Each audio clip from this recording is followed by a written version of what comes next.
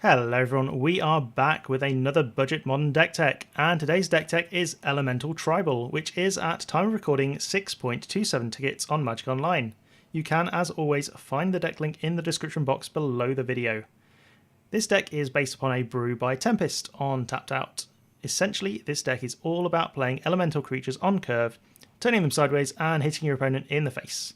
Most of the elementals in this deck have a drawback, however. You have to sacrifice them at the end of turn. So to kill our opponent, we have a fairly brutal curve. 1 red mana gets you to Spark Elemental, which is a 3/1, essentially a lightning bolt on legs. At 2 red mana you get to Hellspark Elemental, which is nearly the same as Spark Elemental, but it has Unearth, meaning it can come back from the graveyard for a few extra points of damage. At 3 red mana you get Ball Lightning, which has a whopping 6 power, and at 4 mana, red with a splash of white, you get Spark Trooper, which is like Ball Lightning but it's got lifelink. All in all, a fairly aggressive set of cards. So outside of the self-sacrifice, we have an interesting set of cards. We've got Flamekin Harbinger. It's a tutor piece which puts an elemental in your deck on top of your library. It's essentially a slow tutor, but it's very handy if you're trying to dig for some extra steam. Smoke Braider allows you to ramp into some of the more expensive elementals on earlier turns, and pay for the ability of any elementals you have, such as Incandescent Soulstoke. So this card is rather special. By itself it's an elemental lord, but it has a very strong ability. You can pay 2 mana to put an elemental from your hand onto the battlefield with haste, and it's going to die at the end of turn. So this is great for some of the non-self-sacrifice creatures such as Tyrant of Discord and Nova Chaser. Tyrant of Discord is just a bit of fun. It's likely to just blow up a land, but it's equally likely to take down some non-land opponents as well.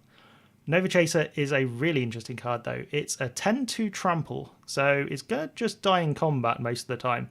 However, if you combo it with Flamekin Harbinger, you essentially get multiple tutors out of Flamekin Harbinger.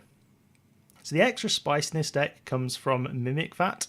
Having a Mimic Vat out means that when your creatures die, you can put them under the Mimic Vat and have them back again for the low cost of 3 mana. The best cards to put under Mimic Vat are Nova Chaser and Spark Trooper.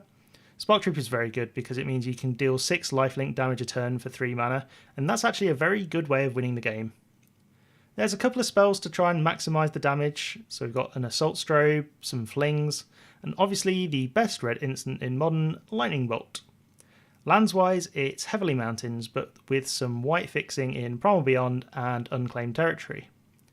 For the sideboard, not a huge amount of transformation.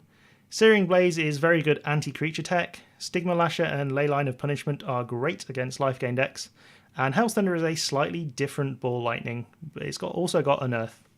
There's also an extra Nova Chaser and a Tyrant of Discord.